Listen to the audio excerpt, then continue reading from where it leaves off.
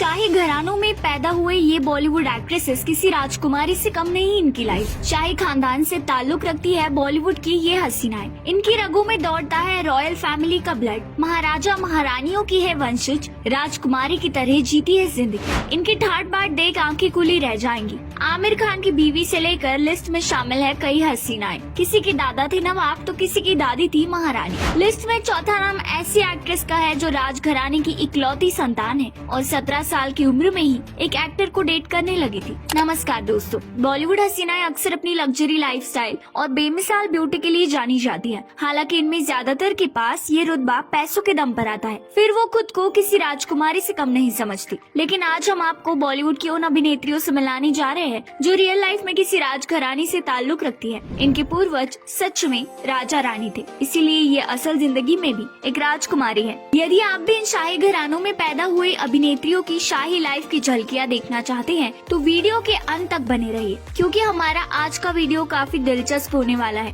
राजघराने से ताल्लुक रखने वाली हीरोइंस में सबसे पहला नाम आता है बॉलीवुड अभिनेत्री सोहा अली खान का। उनकी माँ शर्मिला टैगोर एक बॉलीवुड अभिनेत्री है। वही पिता मंसूर अली खान पटौदी एक जाने माने क्रिकेटर थे, लेकिन वो सोहा के दादा इफ्तिकार अली खान थे, जिनकी रगों में असली नवाबों वाला खून दौड़ता था। वे पटौदी खानदान के 8वें नवाब थे। वही सोहा की दादी साजिदा सुल्तान भोपाल की बेगम थी। इस तरह सोहा अभिनेत्री होने के साथ ही कानूनी रूप से राजकुमारी भी है। इस लिस्ट में दूसरा नाम आता है बॉलीवुड अभिनेत्री सागरिका घाटगे का। शाहरुख खान की चक दे इंडिया फिल्म का हिस्सा रह चुकी सागरिका घाटगे इंडस्ट्री का एक जाना माना नाम है। वो विजय सिंह घाटगे की बेटी है। सागरिका कोल्हापुर के शाही कहल परिवार से आती है, इसीलिए उनकी रगों में भी शाही खून दौड़ता है। इसके अलावा वो भारतीय क्रिकेटर जाहिर खान की पत्नी भी है। तीसरे नंबर पर है आमिर खान की पूर्व पत्नी किरण राव। किरण राव पेशे से फिल्म प्रोड्यूसर, डायरेक्टर और स्क्रीन राइटर है। लोग उन्हें आमिर खान की दूसरी पत्नी के रूप में जानते हैं। हालांकि अब दोनों का तलाक हो चुका है, लेकिन बहुत कम लोग जानते हैं कि किरण राव भी एक शाही परिवार से आती है। उनके दादा वानापार्थी के राजा थे। आपकी जानकारी के लिए बता दें कि वानापार्थी अब तेलंगाना राज्य में है। किरण राव रिश्ते में अदिति राव हैदरी की बहन भी लगती है। लिस्ट में अगला नाम किरण राव की बहन और बॉलीवुड अभिनेत्री अदिति राव हैदरी का ही है। अदिति राव हैदरी के उनके परदादा अकबर हैदरी हैदराबाद के प्रधानमंत्री रह चुके हैं। वहीं उनके चाचा मोहम्मद साले अकबर हैदरी भी